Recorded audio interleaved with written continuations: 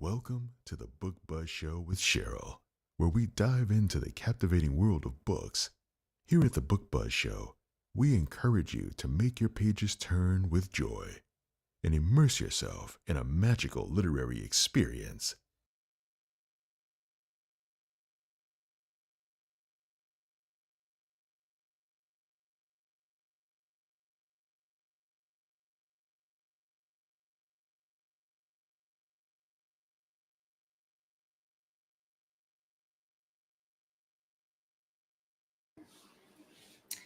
Hello, and welcome to the Book Buzz Show. I am your host, Cheryl Brooks. And if you are new here, welcome. If you are returning, welcome back. If you do enjoy the upcoming show, please like, follow, subscribe, and share the broadcast. Also, for those of you who are new here at the Book Buzz Show, we do talk about the book and the characters with some minor spoilers, but we don't give anything like too major a way that's going to, like a plot twist or anything that's going to ruin your enjoyment, reading enjoyment. But we do give you enough to make you, hopefully want to go out and get the book. Tonight, we're going to be discussing two books, so I'm excited about that. Also, in addition to being a live broadcast, we also are a podcast. So you can also follow us wherever you get your podcasts at the Book Buzz Show with Cheryl. All right. So tonight, as I said, we're going to be talking about two books. I'm going to bring on the first book's book cover so you can see that, the ones who are watching. Let's see.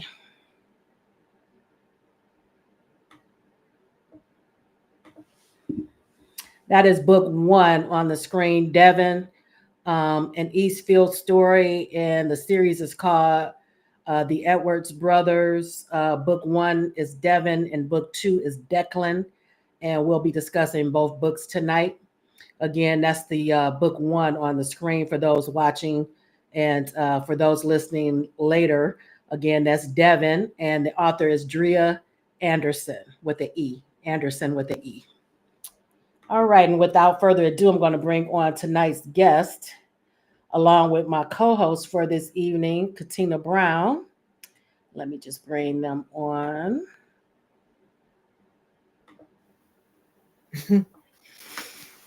Hello. Hi. Good evening. Welcome, Dria, to the show. Thank you so much. You're welcome. And I was telling you off stage how much I enjoyed both of the books. Are these the only two that's going to be in the series? So for now. For the Edwards brothers, yes, but it spins again. I have a new series that's coming out, spinning off the two of them. So it started with Eastfield, and then it goes to them, and then it spins off from there. Okay.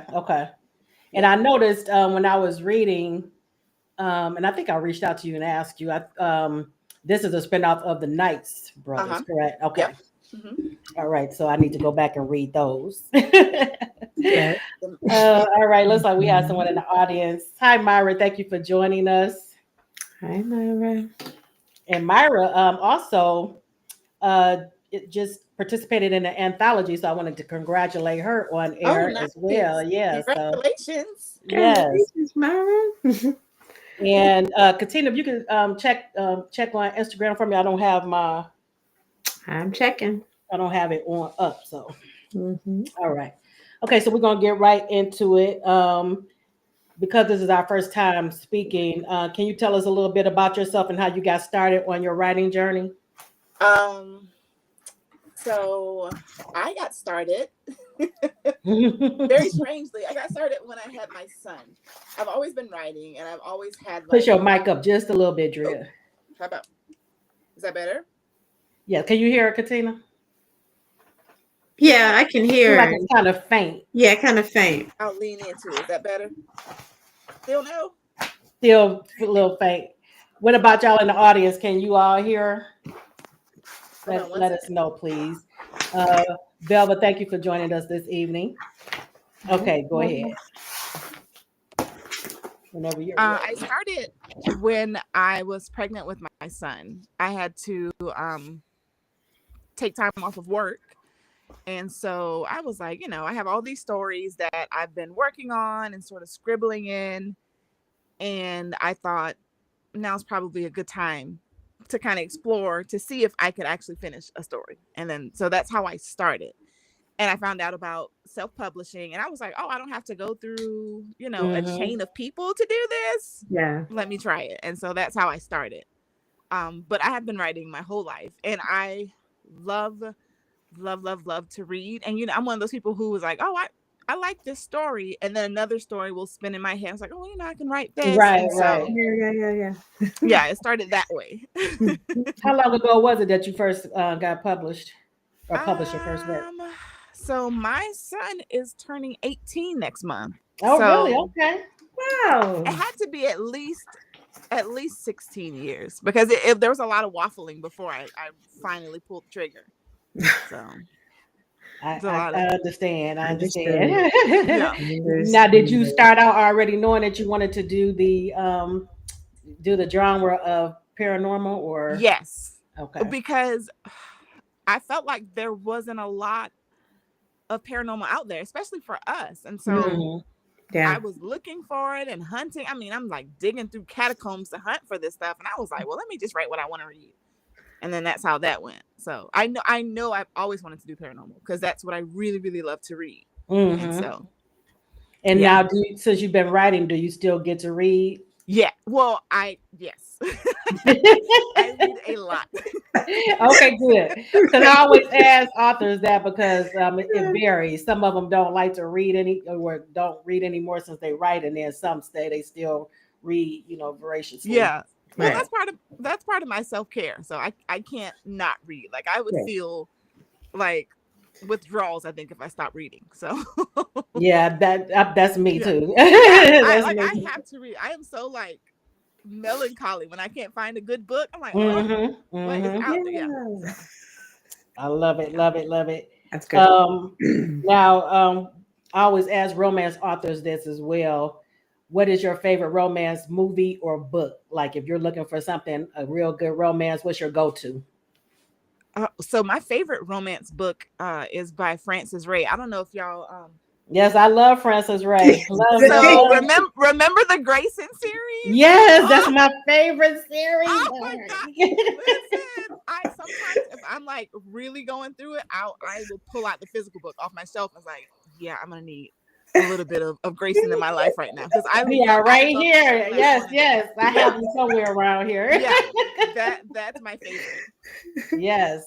That's one of the things that I love, and I always say this, and you brought this out in your series as well, is I love strong family bonds, and we get that in Grayson series as well. Yes, that I really feel like that was like pivotal in a lot of my writing. But besides the fact that I have a huge family myself, but just seeing that on page was like it was like catnip almost. Like I loved it. So me too.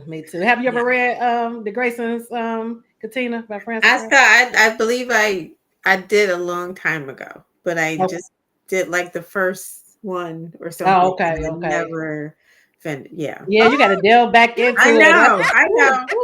I know. Yes, Myra, me too. Yes. And I've read the series several times. I haven't read it in several years, but I used to read it over and over. I love it so much. Yes. Now, when you're in deep writing mode, what does a typical day look like for you? In deep writing mode? I feel so bad for my kids.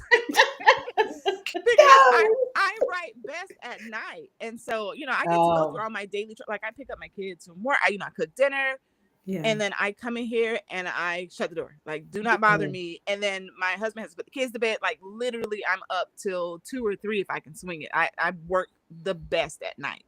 Okay. So, yeah. I usually can go through my normal day, but I am. And then in the evening, that's when you. That's right. Yeah. So. Love that. Now, are you writing full time, or do you have a separate job? I do write full time. Okay. Yeah. Wonderful. Okay. That's a blessing. It where you don't have to juggle. I don't know how some of the girls are like putting out books on books and not working a full time. Yes, right. I know. We've had several on the show. Several. Okay, so this is something that usually ask too. What is something that you know now that you wish you had known when you first started out writing? I my problem is patience. And so I wish I had been a lot more patient with myself. Then I could have honed my Mm, craft a little Mm. better before I jumped out, because I was just like, oh, I'm going to do this right. feet, Right. jumped in feet first. And then it's like, oh, wait, well, I could have did this a little better. So I wish I had Right. been a lot more patient with myself before I like really got into it. So Um, do you see like differences in your writing from when you Right. first started out into yes. now? Yeah. Okay. Yeah. Yes. There's almost a marked difference between the first books that I wrote and the books that I'm writing now. And all of that could be, I think, attributed to me reading indie Black authors, right? Because Mm-hmm. when I first started, I was reading traditionally published authors. Yes. And so you have to sound a certain type of way. You can't really be doing, we can't talk like us in a Right. book. Right. That was my thought. And so the first couple of books that I wrote are that way. It's just like, oh, well, and it was until I think I got a review once where she was like, oh, this sounds like, and she named the right author. And I was like, oh, no, we got to shape up. It can't sound like, I have to Right. sound. Yeah. Yeah. And so I was slowly but surely coming into my voice, Your I own, should say. yeah. Yeah. I love that. Love that. Yeah. That's good. And that's good advice for anybody who's, Right. starting out. Right. Right. Mhm. Yes. Absolutely right in your voice. Don't let someone else or what you think someone else will say dictate the way you Right. put words on page. Yeah. Right. Love that. Um, Now, for those who haven't read the series yet, can you give a brief overview of what the series is about? So the Edwards Brothers series is about these two brothers. They were separated for a number of years because the older brother went to prison, Mm-hmm. and it's them coming back together and learning a new normal. Basically, it is Yes. how I would phrase it. That's a good, yep. A good That way sums it up. Sums it Yeah, up. I like that. To the point. yeah. They're learning a new normal. Right. Okay. So we're going to start with book one, which is Devon. And I love Devon. That's my But I book. love both of them. I love both of them. No. I loved how Yes. close bond that Devon had with his younger brother Declan, and how Declan basically held everything down while his brother was Mhm. away. Yes. Right. And he's the baby brother too. Yes. Right. So, Yeah. mhm. Yeah. And what And was interesting is Devon was still like working magic from within Yeah. the prison, Yeah. but he didn't have any. He knew his brother was doing, some things, but he had no idea the level. the level to which, yeah, he thought he was shielding him a lot more Right. than he was. Mhm. And I love how you portrayed their dynamic. And that's where the paranormal 2 comes into it, because how affectionate they are with each other. Yes. Yes. Even though they're both very alpha males. Yeah. Even though he did make a little comment about Declan made a little comment on the second one about how he was like, don't be all up on me. It was and he was like, save all that mushy stuff for your mate. Right. And I thought that was cute. Love it. Now, when you went into writing their story, now I know it's a spinoff of the Knight Brothers, and I have to go back and read that. Were they introduced in that series? Right. In the Knight Brothers, in the very last one. So in Julian's story, For Her Peace, they were introduced. So Okay. it was then when I knew I was going to spin it off. And so I seeded them into the story just a little bit. So you can be like, oh, I wonder who those people are. And then when they come out. Okay. So it's not necessarily like you have to read it. You'll not know who these people are. Mhm. It's just seeded a little so that you're, a little interested in their story. And because as I was reading Devon's book and the closeness between him and his friends, Julius and Rocco and all of them, Right. It made me I think that's when I reached out to you and say, is it another? I know. But it wasn't where you, like you said, where you can jump right into Devon's Right. story. And, Right. You're not. Yeah. You won't miss anything like a pivotal part of the plot Right. if you don't know who they are. Right. Yeah. I love that. Did you go in with intentions? How do you, and I meant to ask you this already, do you plot your stories ahead of time No, no, or I'm not like a I plotter. outline? I'm a pantser. I'm Okay. a well, I like to know what the story is going to be about, Right. and then we just go from there. So, because I don't write linear. I write when I get a scene in my head, then I'll write that scene So and you I'll just put it to write the that scene side. and Yeah, and then when I have enough scenes about a couple, then I can start to sort of move them around to see what okay. order they go in. Basically, yeah, Okay. I don't write linear at all. I So like that. I like yeah, that. I know what Because the beginning you can get is. stuck. Um, Yes, if you're trying to like sometimes if you're trying to go to the next scene Right, right. right, right. and That's then exactly right. you're like, okay, what do I That's exactly right. And I'm just sitting there like, okay, I've wasted a whole day in this chair, and no words have come. So yeah, right. So it's yeah, whatever scene pops up in your head, you'll just that's put right. I Yeah, love so that. I know what's going to happen at the beginning, and I know what I want to happen at the end. But once you start to build a character, you Right. can't really tell them what to do. They're going to do what they're going to do. Right, Right. right. And so the middle is up to them.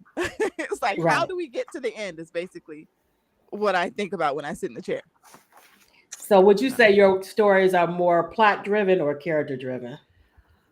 Um, I, I would say plot driven, even though I try to make sure I have enough characterization in there so that you can feel the characters, but I'm more so interested in the plot and in the romance. Like I just want the squishy feels. I want, the babying and I want Right, all of right, those good Yeah, yeah. feelings versus, however I got to achieve that is how right. how I go for it. And I think you did a great job too. And jump in, Katina. We just having a conversation, so Huh? jump in. I love too how you were able to balance the pair because you actually this is like three different because you have to balance the paranormal side because I've read other paranormals where the paranormal was like Heavy. shortchanged somewhat, Yeah. but we didn't get much paranormal. You were able to balance the paranormal, the romance, the action, and then the over like Real thing life that they're stuff, dealing right? with. Right. Yeah, Right. But there That was yeah. some took real practice. life in there too, right? Like Yeah, it that felt took like, practice. Let me tell you. right. You said it was well, It Katina. It What took do felt like you? it was just practice. in that real life in there too. Because Oh it yeah, felt Oh, like it mhm. yeah. was a regular story at the same time that it Yes. Right, was paranormal. right, Yes. right. Right. That's I always tell people when I try to introduce on books, I call it paranormal light. Like Right. I want you to imagine you're going to your Mhm. local Walgreens and you run Mhm. into a tiger shifter. Like that's Right. how I Right, write. right, Like that's I what I like want it that. to feel like. I want it to feel as realistic as possible. Mhm. right. Mhm. And what I liked about it too, and that comes back to what Katina was just saying. Even if somebody is not necessarily a paranormal reader, they still Right. can Right. read this and love Right. the book. Yeah. Um, Mhm. and so Myra, if you're not really into paranormal, you still can read this and love it because it's other aspects going on Hmm. besides that in the Yeah. story. And Yeah. you get those too because with all the mating things and Right. the brother the bonding and the way that you describe the wolf Mhm, inside, mhm, Hmm. mhm. and how they differ Right. from the man, or the Right. woman. So you get that thing, and that's what we like as paranormal lovers. We like Mhm, Exactly. to Yeah. mhm. get that type of outer worldly thing where you can stretch your mind, and and then Yeah. it makes it a lot more intimate, a lot more intimate. In all the interactions, it goes a Mm. lot deeper with that connection. I think Right. so too. I love that. I Hmm. love that you said that. Yeah. What do you like best about writing in this genre? Do you think? I like not being tied down, I think most, right? Mhm. Because you're gonna get to a situation sometimes if you're writing contemporary where that's not realistic and I don't want to deal with that. Like I never want anything to pierce my little happy bubble. Right, And right, right, so paranormal allows me to make whatever I want in my happy bubble exist because it's right, not a real technical world. You know what I Hmm. mean? Hmm. right. Hmm. So Yeah. it gives you more freedom Yes. to build your world. That's correct. Yeah. Yeah. And then the things that, we are embarrassed about as like humans, the animal may not be so. And so I get to explore that as well. Without any of the cringe factor or the prudish factor on top of that, because they're technically not humans, and so this is okay. Yeah. And so there was a lot of that too, I noticed, because, and I love that too, the struggle between the wolf and the, because there was, I was like yelling, like, listen to your wolf. I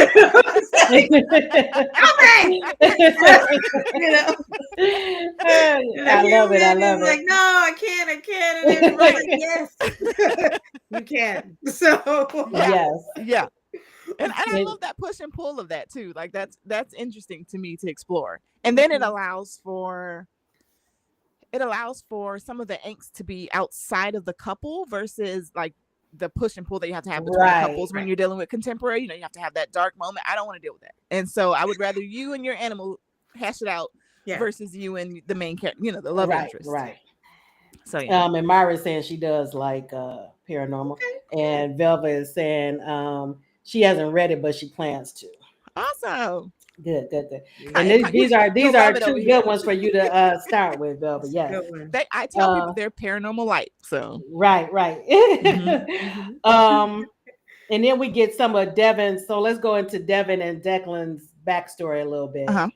I love that aspect too about basically their parents died, and then they went to live with their grandmother. Then the grandmother passes, and they're left on the street, basically, with nowhere to go. Well, they were sent into the foster care system. The foster care, okay. You imagine it's terrible for humans, so it has to be more so for shifters. There's no resources, and and so I got to explore that a little bit. And then it also triggers kind of that found family too. Yes, you know what I mean? Like we don't have a big family, but we have these friends that we have gone through these things with, and now we can be a family. And so that's why they're so close to each other and to their friends as well. I love it. And it actually, what they deal with as adults mirrors what happens in relation to what happened as when they were young. Now with Devon, when he comes back and he's out of prison, his brother sets him up where he doesn't have to worry about anything because his brother wants him out of the street life, right? Which is like when we get to Declan's book, I'm like pop calling hypocritical, right?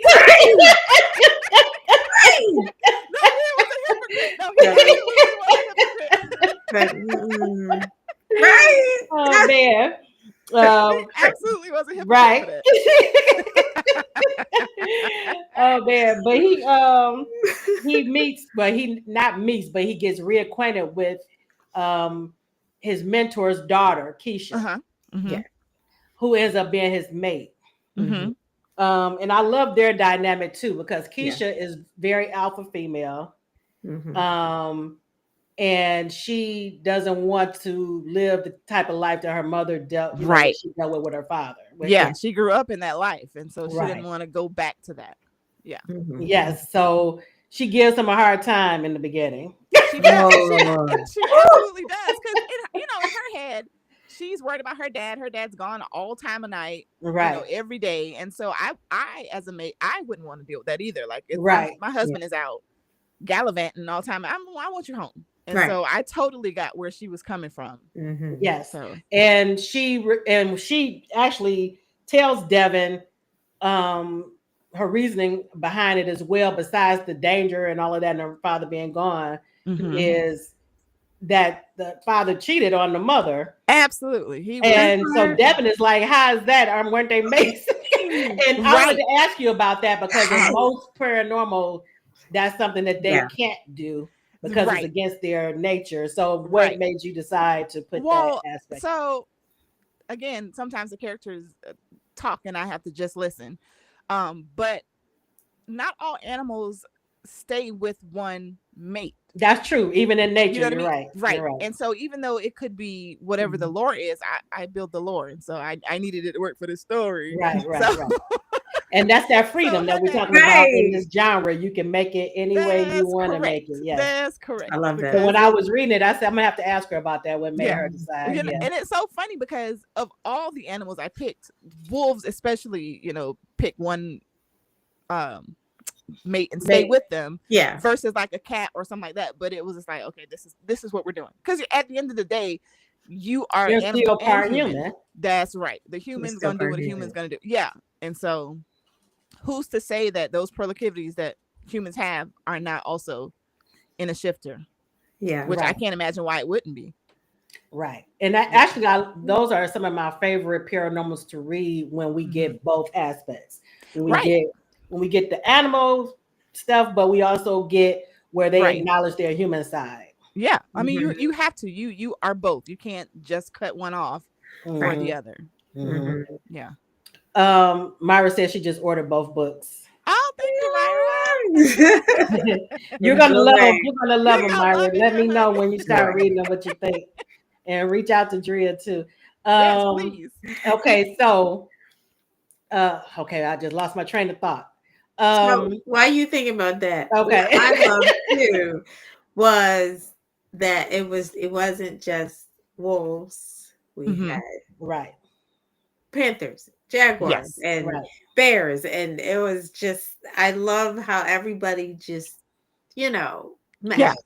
There was a community, even though everybody had their own, because usually sometimes in those type of, in the books, it's usually the bears are all just, yes, everybody is in there, right, which is realistic in our world too, right? We tend to be, you want to like people. Yeah. So I like that, and they were all just really protective of each other. Right. Yes. That's part of that found family. And I've read both where, some where they stick to their own, and I read where they mix.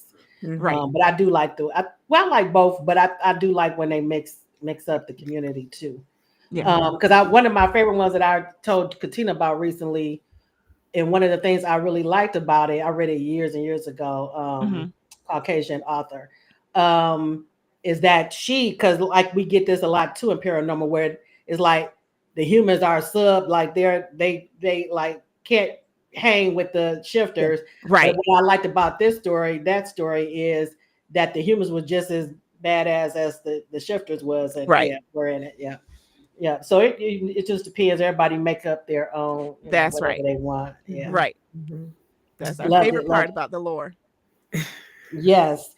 One of my favorite characters in the book was Patrice, Keisha's mother. I loved her, and I loved how Devon, once he found out Keisha was his mate, he adopted her. That you're my mother. I'm gonna take care of you. Yes. He didn't care nothing about what Patrice was trying to say. He's like, you my mom, I'm gonna take care of you. But he absolutely pulled up. It was like, what do you need? Yes. And then Keisha finds out that he actually started while he was away. Oh yeah, a long time ago. Before he even knew that she was his mate, but he was doing it in honor of his mentor. Yes, that's right. Out of loyalty for her. Yeah. I loved it though, because it was the way she always found out. It was like either Miss Patrice was like, well, my son came over earlier. right. And then Keisha like, okay, y'all, what's going on? Y'all ganging up on me and stuff, and leaving me out. She was so aggravated, and that so bad. It tickled me so bad. I could just see her face like, that's my mother. That's yours. Right. She was like, what you mean he came over? I loved it. It tickled me. I told my husband, if nobody else laughed, I'd be so tickled when I be writing. Yes. I love their relationship, that group. And again, that found family. She just embraced everybody. Even her husband's side of the family, even though someone were knuckleheads like the cousin. Yes. And she had to get on him. Keisha was like not playing. Not to be Devon was like, Devon said, let me get over here before he ended up hitting her and I have to put him in the ground. He's like, I would pick this one. Dang, man. That was good. I did love that was fun. You know what I love too, and this goes back to me loving strong families. I love Keisha's relationship with her cousins on her mother's side, and Yeah. Oh, they were a yeah, blast. A Yeah. blast. I love them. the group text. Yeah. Keisha like, don't you put that in the group text? It's too late, man. Right. Oh, loved it. So good. Yeah. Yes. Yes. Did you have any other standout moments in Devon, Katina, before we move on to Declan? I mean, I liked the little things that I catch, and I always say that I liked how they always made a reference to each other, like, all right, little sis, and they were like, wait, we the same age. What are you Right. Throughout the whole, like, both books, it was always like, yeah, hey, little brother, and they were like, we're the same age. I don't get what you're talking about. Right. I thought that was so funny. I thought where that came from. I thought that was cool. But you know, I like too the scene where Delilah, Devon's ex, called herself coming to confront Keisha. That's right. And she wait a minute, she got a lot. Just the fact that she saw Keisha over there with her cousins and stuff, and you still gonna step to her, but Keisha That's didn't why know. Yeah, you would think he would back up a little bit. Right. People. I would think to myself, okay, either she real bad or she real stupid. She don't even know how to stay away. I get the feeling that Delilah could not fight. That she was more mouth than right. And then she had the nerve to bring up Keisha's mother too. That was all she wrote. Because why would you do that? Like, I know that one of the moments, and it wasn't as fun with the Tangi, was that her name? Tangi, yeah. Oh yeah. That whole debacle, yeah, was like, wow. Yes, I felt bad for Devon because he was dealing with a whole lot of people just not right. Right. Well, he was just trying to do right. So that's how it happened every time. You come out trying to just mind your business and do right. Right. It's always something. And people you thinking you in your corner and they not. They're not. But he learned who his real friends were. Right. He did. So I love that. Okay, so we're gonna move on to Declan. Mm-hmm. Okay, so Declan, like I said, pot calling kettle because he wanted Devon to get out the game, but in his defense, I think he understood that his brother never really liked to do it. Like his brother only did it so that and so. Yeah. And then, circumstances are still the circumstances. Right. Whether, so business still had to get done. It still had to get done. But what I loved how Declan, you showed his intelligence and how he was able to move. Smart. The way he made his moves and stuff was so strategic. Mm-hmm. And I love, those are some of my favorite qualities in my male character. Yeah. I read a lot of mafia too, so yes, I love mafia stories. And so when they're playing chess and they're moving, they're like always 2 steps ahead. I love that, and we got that with Declan as well. Yeah, for sure. Yeah. Can we talk about Amber's mama though? I wanted to jump through. Can we do that? Listen, it's so funny. The hardest part of that book for me was to not make excuses for her. Every part of me wanted to be like, let me write a really. I was waiting for you to redeem her. Yes. Listen, when I watch my Korean dramas, I just be wanting some of them bad people to get hit by a bus. So in my head, I couldn't. Some people just are who they are. So I guess that's right. You gotta meet them where they are. Some people are just terrible, and there's not anything you can do about it. And a magical bus will not hit them. Some people, they still live their lives being horrible people. But I hated that. I felt so. Amber, she still wanted, her mother's love, and she did. I don't know what it was that this woman was just like. She was damaged. Would you say she was damaged? Yes. Not damaged, absolutely. but she was. Well, what was it reacting. between the way she treated Amber and the way she treated Ollie? Was it? Well, so I imagine that if you lose your mate, right, you've lost your soulmate. So that's part of you that was tethered to someone that's gone. It's no longer on the universe. So that has to break you a little bit. And then when you're dealing with the two, I think a lot of her problem was the blame, and that had Amber not spoken out about not marrying this other guy, then perhaps her husband would still be here. And so there's a little bit of that blame. And then of course her son looks like her husband, so you get that little bit of aspect too, where she's over coddling him because she's and missing making that him part of and herself. making him weak. Well, Amber too, spoiling them. Yes, that's right. And she was making as many excuses as her mom was making. Right. Because when she was gonna make him make him dinner, and Declan was like, "No." right. Come on, this is a grown man up in here, and then he's trying to school him, and like, why would you have your sister up in here? And he's like, well, doing she all do the work. Right. I love it. She does it. Nope. Because he was talking all that trash when he didn't want to get a job, and Declan was like, "Oh, right. Yes, but yeah, her mother was definitely trifling. Was a good word for her.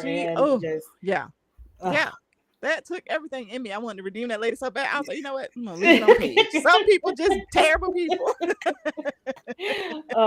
She wanted to keep the lifestyle. Oh, that's what I wanted to ask you. That's what went out of my head. Can you explain the Moxie? What is that? Okay. So it reminded me of the ton because I read a lot of historical. Listen, shall we hear? Because that's where I got the idea from. That's exactly what it is, right? And so Amber grew up in this Moxie, and they're the highest echelon of shifter society, right? Right. So you say how most shifters separate themselves, but the Moxie brings them together because in order to defeat the humans in the war that they had to be one. They couldn't be fighting all these separate tiny wars, right? And so now you have the richest and the most influential, and they're all in this one small society. And so Amber grew up in that, and so she's never had to really fend for herself. Like even between her and Keisha, like Keisha grew up with money as well, but she had to fend for herself. Versus Amber, they both lost their fathers, but they grew up entirely, in different ways. Yeah. And so the Moxie is just like the ton. They are the cream of the crop. Because that's the first thing came to my mind. I'm like, okay, I wonder does she read? I love that you saw that. That's exactly where it came from. Because those are two of my tops: historical, romance, or mystery, and paranormal. Exactly where it came from. So that's probably why she ended up with Travis, right? Because of that.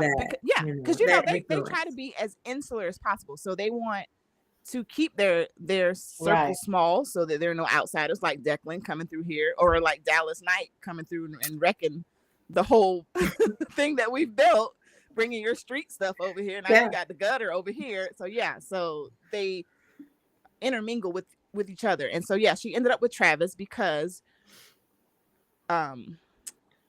her dad made a deal basically with the family. They want to keep the money between the two of them, the ranking between the two of them. Yeah. And so when she tried to say no, Cyrus killed. Cyrus killed her father in revenge because you said you would do this and now you didn't. No, you didn't. I have no use for you. Yeah. And so she ended up in this abusive relationship because of that. That's crazy. So yeah. But no, go ahead. No, I was gonna say, her being submissive, it's easy for somebody to take advantage of that. That's correct. Dominate her. Yeah. Well, and that's the way the women were taught in that society. You have to be submissive to the men in that society. And if you go back and read the Knight Brothers in book 3, Julissa is also from that world. Her best friend Julissa. Oh, really? From that world. Yeah. And so they grew up in it together. And that's why she could sort of sympathize with what she's going through. Because Julissa felt like she was more alpha than that was hard earned. And Rocco gave her space for that. That's something that okay. Because they were a little, they pushed the button a little bit a couple times. And when I think when he was about to challenge him or put in his intent, and they were still trying to peek, and they were like trying to do things, and he was like, "Stay here." They were just like, still trying to watch, and he was, telling them to sit in this room and don't move. So, yes. Oh, so being nosy, right? They were being nosy. They were being so nosy, but I'm like them. I want to know what's going on. Right. Somebody just busted in the building. Like, who's coming in the building? I want to know. Hey, Jennifer. Welcome, Hey, welcome. Jennifer. Jennifer is another one who co-hosts with me sometimes. Oh, nice. Yeah, and she's an avid reader as well. This is a good one for you, Jennifer. I told you I was going to give you some good paranormal. This is a good one for you. This is a good one. Okay, so what I like too is we were talking about her being submissive, but I noticed that she did have where her wolf would rise up when somebody that she loved was being, because when her brother was being, threatened, she had no problem, doing what she needed to do to protect him. Yeah. Same thing with when they were ambushed on the beach. Yeah. Her wolf fought. Yeah. But she still froze a little bit. But yeah, she did freeze a little. Yeah. Yeah, her wolf. Yeah. But it's sometimes with anything. Sometimes it's easier to speak out for someone else than it is for yourself. True. So that's kind of where she fell in that category. Like, she'll fight for her brother, but then she'll allow her mama to talk to her crazy like that. Cause when her mother, I wanted her to knock her. I was like, okay, it's time to. Because she is not. She don't deserve any kind of respect. So no, ma'am. I'm not gonna pay the mortgage. You talking to me crazy? No, ma'am. You pay the mortgage to me, like.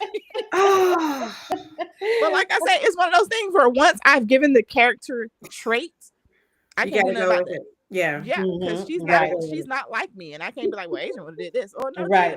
Because it was true to her nature, and then too because she still wanted that mother's love. Yes, it hurt her. Yeah. It hurt her. I actually wanted Declan to put her mother more in her place. Yes, because I believe Devon probably would. had it been his baby, yeah. But I love Devon's how he embraced. Is it Lay or Lee? Layla, yeah, Layla. I loved how he embraced her as his own right away. It was and how she embraced him. Yeah. Yes. Right. Oh, I love their bond and the way they were talking. She was calling him on her iPad. Their mother didn't even know. Like, they were gonna have their relationship regardless. I'm like, you're not right between the two of us. Yeah, that was so cute. I loved it. Yeah, like she just made my heart melt. Yeah, Jennifer. Oh, she said she's got two of your the Night Brothers. We were just talking about the Night Brothers, Jennifer. This is actually a spinoff of the Night Brothers. Right. Yeah. So I have to go back and read theirs because I did love their appearance in these two books. So I want to know more about them too. For sure. And I love too how Keisha rose to the occasion too. What I wasn't surprised though, because she brought it in Devon's book. Yeah, she did not play. No joke. No joke. So I was not surprised when she was locked and loaded. Yeah, and that's when I was saying that Declan needs to teach Amber, right? Just so she feel a little bit more self-confident. She has to learn it, but she has to be safe enough to learn it. Also, it's not a situation where she was not in a safe place to give herself a voice. So no. What was some of your standouts in Declan's book, Katina? So many. First of all, the nodding. Yes. Oh. I've read that before in Paranormals. You haven't? Wow. I've read that. No, wow. No, you have never. Katina, let me put you on to something after this show, okay? Because I got a few that you can read with some nodding. They have. I've read that before, but I've been reading Paranormals. What I've read was like close to that was like a fairy thing where Oh. right? A human that was like scared because she heard that when they consummated, there were spikes that came out of it. Like that's the closest I've heard. So when I heard that, I saw this, I was like, this is a much gentler way. Yes, a lot more gentler than spikes. But you know what I'm always interested in seeing too, because it's different. Everybody comes with their own little thing about how it is when they first come together and mate. So yeah, I'm always interested in seeing that. But yeah, I loved it too when they made it. Good stuff. And I love how her inner vixen came out. Yeah, she played with him, you know, like she wasn't as she was finally in a place to do so. I like that he gave her that place to do that. That's true. Loved it. And I loved how and I think this goes back to what we were saying about their childhood, how close he wanted Devon to be, because he was willing to move, but he wanted Devon close. Yes, and because he first moved out there by Devon. We would have had him in the same house. Yeah, Devon was like, I don't know if we can make it in the same. He said, I want to be able to walk around naked if I want to. Declan was like, we could get a mansion and all of us could be in it. He was ready. He's starting the compound. No. He's starting the compound. I love that though. Yeah. I like also that that the name of the shop was named after her daughter. Yeah. Oh yeah. I love that. I was worried about that because the spelling. I was like, maybe people won't get it, but it was cute to me. So I was like, hopefully someone gets it. He got it. I thought that was really cool. And I forgot the meaning when he started calling her Bunny. And she was just like, what? Because she was running like a scared rabbit. Right. That was, it fit her because how fit she was in the beginning. Because she really thought she was going to run from him. And he was like, no. I'll show up at your job. Right. Which he did. That was one of my favorite scenes. I'm glad you said that. Is when Devon came into the shop when Brian was, what was that guy named? Brian. And he came in there and tried to, he would just go, rough her up or whatever he was going to do. And Devon was not having it. Oh man, I love that scene. And they both were on the phone. And they were right. He was like, oh my God, good Lord. Oh man. That was like, forget what you saying. This is my sister-in-law. Right. Okay, he was so protective. I love how protective he is. I love it. Yes. And he came in with like, I just came by to see, when I can meet my niece. And it was what? And she needed that though. She needed that. She needed to understand that no matter her reticence, they had already adopted the baby. The baby was theirs. And she never had that. She never had that sense of community, unconditional acceptance. Strong family. Yeah. Oh man, it was so good. I really enjoyed so much. I devoured both of them. I'm trying to remember, how did you come on my radar? I'm thinking that, how sometimes because I read so much paranormal, I think it came up in one of my recommended. Oh, okay, yeah. And I tried it, and I'm like, okay. And I think I reached out to Katina and said, okay, I found another author. I love that. Well, thank you for trying. Yeah, because I'm always looking for new paranormal, especially by a Black author, because we don't get a lot of them. I think also we do the lore a little different too, and so I'm always looking because I find it interesting how we finesse the lore a little bit, because it's in traditional publishing they have their way and they have their rules and they stick to them. But for us, you get vampires doing this, you get shifters doing that, you get so much variety. So that's why I'm always on the lookout for it. Yes. And I definitely would check out the rest of your catalog. I think I'm gonna go to the Knight Brothers first. Awesome. Yeah. And check them out because I'm intrigued by Silas. I love the Knights. All of them. That was fun. That was fun. Jennifer says she's definitely going to read the rest of your book. She saw your books on TikTok. Oh, on TikTok. Oh, I'm so bad on TikTok. I'm not out there, awesome. so I'm so terrible on TikTok. I feel like such an old head. I'd be like, I can't post this. Right, I can't. I'm not out there either. So my kids be like, you just what? Oh man! Awesome. Thank you, Jennifer. That was fun. I'm trying to read my note right here that I put.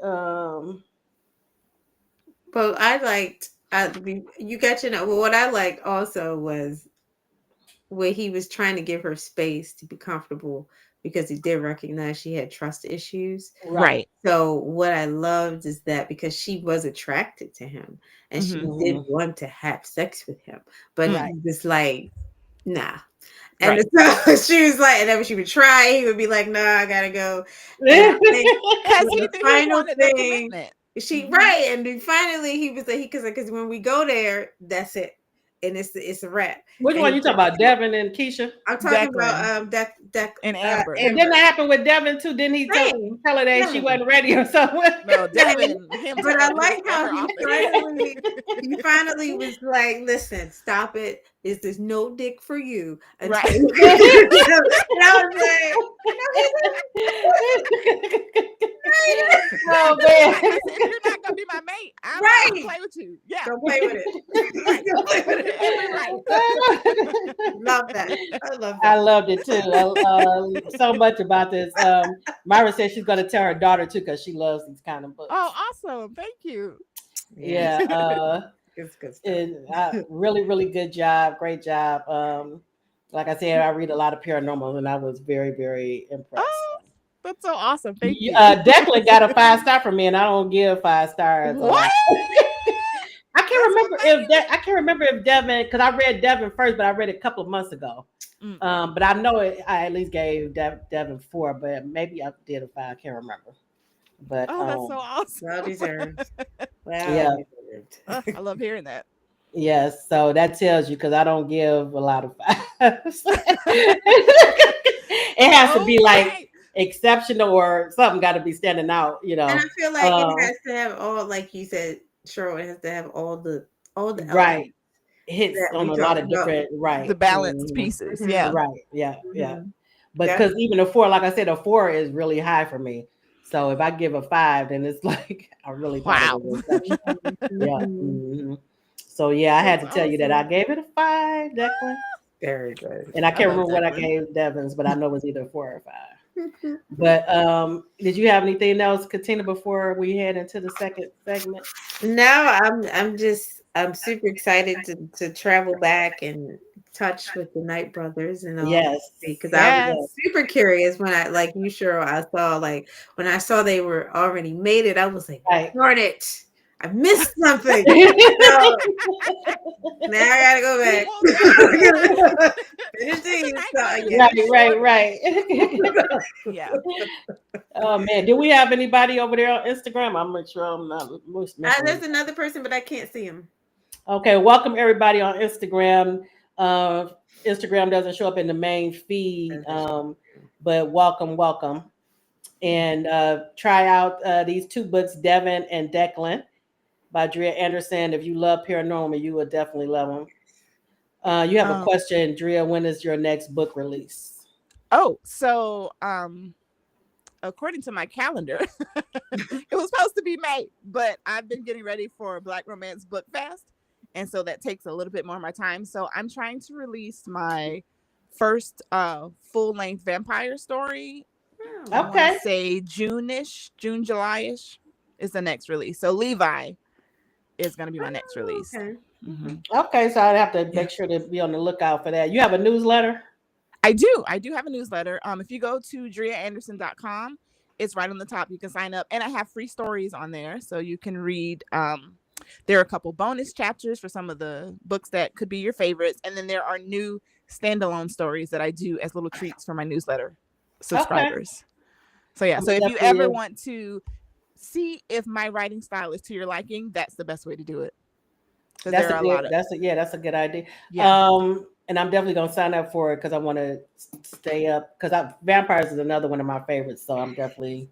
Well, I have one out right now called One Night, One Bite. It started out as a newsletter story, and people are like, "Oh, I need this," and so I put it out as a short story on Amazon. And then there are bonus chapters that only my newsletter subscribers get. Okay. So if you want to try my vampires, I have some out already. All right. Yeah. You said One Night, One Bite. Yep. Sebastian and Raven. Can't wait. And welcome, Nicole, to the show. She says she loved both books. Yes, me too. Awesome. Thank you. Me too. So happy to have found out about your work because I can't wait. Like Katina was saying, we can't wait to go back and check it out. And I'll make sure to keep a lookout for the next coming up. Yep. Where is the festival that you just said? It's in Atlanta, Black Romance Book Fest. It's oh my God, there's so many of us that are going to be there. It's in Atlanta, May 31st to June 1st, or May 30th to June 2nd. Okay. Those days. I think that's my first time hearing about that one. That's why I was writing it down. You have to. I don't even know if they have tickets still, but there's so many of us that are going to be there, and it seems like huge. And so I've been busy making swag and doing pre-orders, and so and so that's pushed my writing schedule back a little bit because I want it to be done with Levi around this time, but he's coming next, and so I'm excited, especially with Centers coming out because it's like the perfect time for me to come out with another vampire. Wow, yeah. Now, has he been introducing another story? One Night, One Bite. That's the way. Yeah. Okay, so this is gonna be more of the short. Yes. Okay. I introduced that world, and it really, literally was a tiny bite of a story. That, Okay. Grew legs. Right. Thank you so much for coming on the show. It was a pleasure. Thank you guys for having me. I really had a great time. Thank you. I'm glad. I also have a book group on Facebook called I Inspire Books, and we've started our chats back up. So maybe we can get together and do a chat with maybe the Knight Brothers or something. Awesome. I appreciate that. All right. Awesome. Nicole is saying, let me see. She said after reading Devon's story, she read the full catalog. Okay, Nicole. Awesome. Thank you, Nicole. So love it. I can't wait to say I've done it too. Read the whole catalog. I can't wait. I'm going to go back and check it out. Awesome. But I'll be in touch though, because we can get together and have a chat in the group as well on one of your other series. Like I said, it's probably gonna be the Knight Brothers. That's my next. Okay. All right, I love that. All right, so I'll be in touch. All right, and enjoy the rest of your evening. Thank you as well. Thank you guys so much. You're welcome. Bye-bye. All right, so we're going to get into our second segment, and let me pull that up.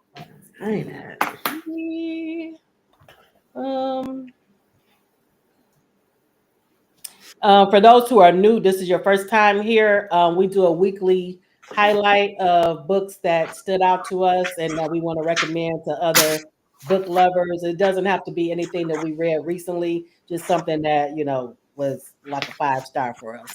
Something that stood out. All right. And if you have read it before, please let us know in the comments and what your thoughts are on the book as well. And if you end up choosing one of our highlights, please let us know what you thought. All right. Who's going to go first? You want to go? Let's go. I can go. All right. Let me pull it up. So my pick for this week, this is I don't know when this one came out. This came out a couple years ago. Yeah. Maybe a few years ago. Friendship Matters by Rona D. And we also talked to her on the show a couple of years ago. I think it was maybe I think it was during the height of the pandemic. It was during the pandemic. Yeah. Right. So you can check out the Book Buzz shows, previous shows, and you can check that out. Check it out. It's all what we really, and the thing that we really connected with this book was the friendship. And, which is another one of my sweet spots. The sisterhood. And this is a book with 3 women. I believe they're in their 30s. And they met and when they were kids, adolescents, whatever. And they're still friends till today. Each of them going through their own situations and supporting each other through their hard times, their good times, and what I liked about it was the honesty. Like it wasn't, they wasn't like yes friends. They were just right. if you were messing up, then they told you. And it was from the heart. But if you but it was like all in love. Right. It was all in love. But one of the things I did like about this, I remember it was very like, some authors describe like the scenery, and it almost feels like you're there. Right. And that was one of the things that I liked about this book, because I think it was based in Seattle. And I've never Seattle, was it? I can't remember. Was it Seattle? Brooklyn? I thought it was. I thought it was Seattle. I don't know. I can't But I remember. felt like It's been so long. But and she just FYI, she just put out her second sequel to this. Part 2. Part 2. So. Yeah. So this definitely was a good read. But it was lighthearted humor. It had a lot of. I think one person described it as it made me think of Waiting to Exhale. Yeah. It gave that type of vibe, and I thought that was a real good description of it. So that was my pick for this week. It's yes, and I agree. It was a good read. So you can't go wrong if you check out Friendship Matters by Rona D. And then check out her current book as well, which is the sequel to this book. Yep. All right. And has anybody in the audience read this book? If so, please let us know. All right. And then we're going to go into my pick. Let me go back over here. And I started having to write down because I'm like, did I already do this one? I can't remember. I'm like, I know. Oh, man. I know. Okay, mine pick this week is Real by Kennedy Ryan. Oh, nice. And I remember when I read this a few years ago, it made my top for the year. So this got a 5-star from me, you all. So if you like, it's actually you get 3 stories and 2 stories in one. One is a contemporary story and one is historical. But I'll read you the synopsis. Okay, so, and this is the original cover. They just did another cover. I actually like this one better, so I ended up doing the original cover because that's the one I have. All right, so here's the synopsis. Nevaeh Saint is ready for the spotlight. After months as an understudy, this is her night to shine.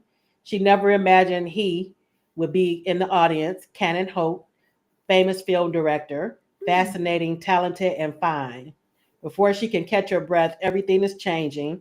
Nevaeh goes from backstage Broadway to center stage Hollywood, from being unknown to having her name on everyone's lips when Cannon cast her as the lead in the star-studded Harlem Renaissance biopic. But forbidden attraction, scandal, and circumstances beyond Nevaeh's control soon put her dream in jeopardy. Could this one shot, the role of a lifetime, the love of a lifetime, cost her everything? And it's been several years since I've read this, but it stuck with me because it was definitely one of my favorites of that year. And for Kennedy Ryan, this one is one of my top favorites, and the Grip series is my other one. Okay. And that's probably gonna be one of my highlights soon too.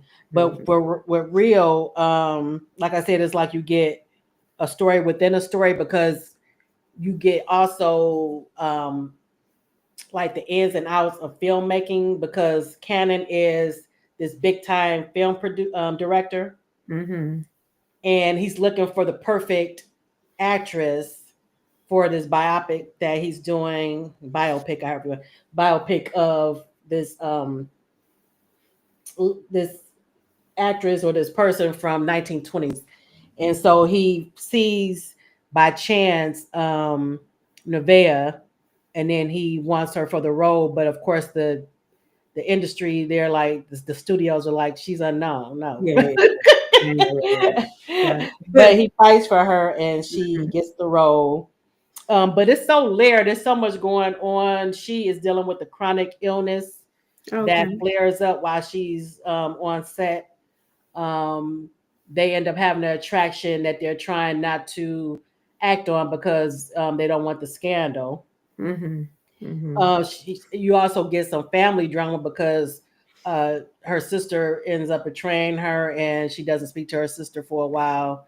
But then she ends up needing her sister, so it's like a lot of layers. Right. And then while we're getting the contemporary story, we're also getting, what's the woman's name, Desi Blue's story, because that's the part that she's playing. Right. So we get her story along with what's happening with them in the modern world. It was so well done. That's interesting. Yeah. It was so well done. Has anybody read Real in the audience?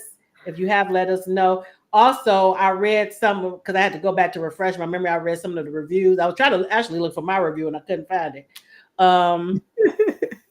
But a lot of the reviews were like saying the narration was top notch. So I read it. I didn't listen to it. So I said I might go back. That's Jacoby. That's Jacoby Diem. There is three of them. Is Jacoby, is Ebony Flowers, and Nicole Small. So they all do their own because it's three characters. It's three characters. So I said, okay, I'm gonna have to go back and listen to it to see, since it's been a while since I've read it. Just for Jacoby. Well,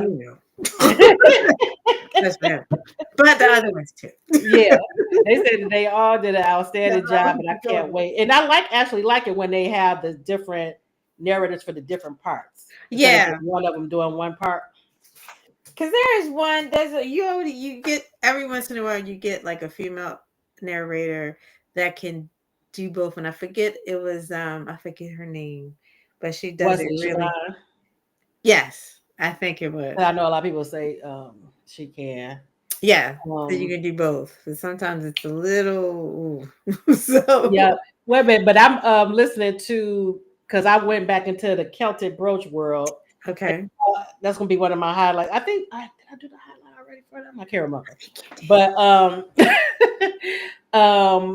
I've been reading and listening because on one of the books I got because I ended up going through so one of the books you get a free audio download. Yeah. So I was listening and they were doing the different accents and stuff, but one of them is so thick. I'm like, okay, I can't understand what he said.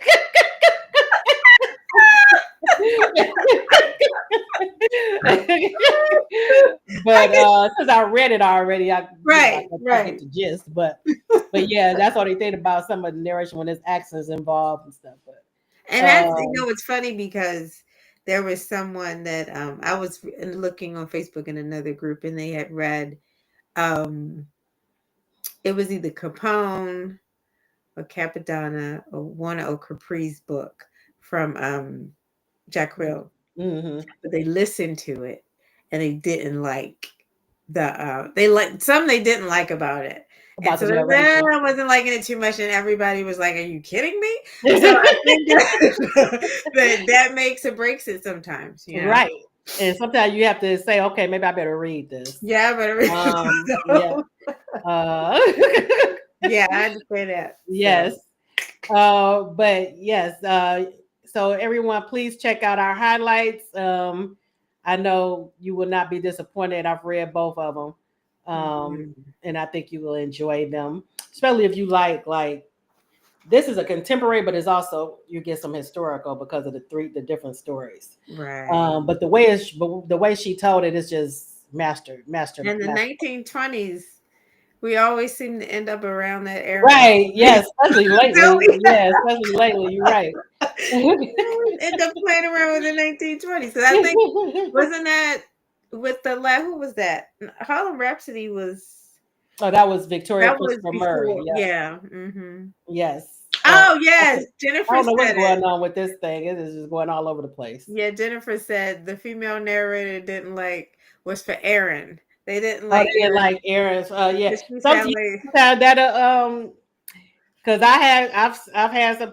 Well, I don't do a lot of listening, but I have started doing it when I'm like on the go, and I'm in the kitchen washing the dishes or whatever, or cooking. I will put it on.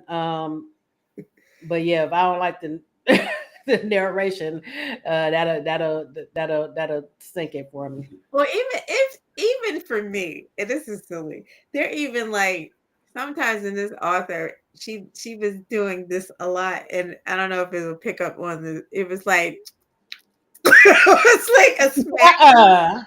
It was like a smacking in between, like the words, or like she had a lot of phlegm. It was just. Oh no, that would have. I wouldn't have been able to. Nope. And I think it was. The series the last highlight I did, I think it was what was it? The darn it, those brothers. The mountain, I forget the last one I just did, but it was that one, and like you said, I said, you know what, I'm gonna just read it because I can't listen to her anymore. So I turned to the book instead. And which one is that? That's the Celtic brooch you talking about? No, it was the brothers. They were. I just did it. Darn, they were in the mountain and they were Whiskey Row. Oh, okay. Whiskey Yeah. Row. And I did not love it. And I just was yeah, but that you probably have to read that. And I'm glad I did because I love the series. But that narration was not for me. It just wasn't. Myra, you said you plan to read our highlights. Yeah, I think you will enjoy them. Oh man, Real was so well. How long is that? It's been so long. I would say probably about 300 and some pages. That's not bad. Yeah. That's not bad. But it's so well done. Like I said, it made my top picks for that year that I read it. Yeah, I think I remember you saying something about this before because I remember that storyline when you brought the picture up. I was like, wait a minute, did I read this? Okay, yeah.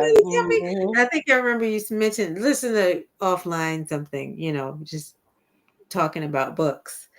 And I think I remember that you mentioning that story. Yeah, I'm looking it up now. Let me see.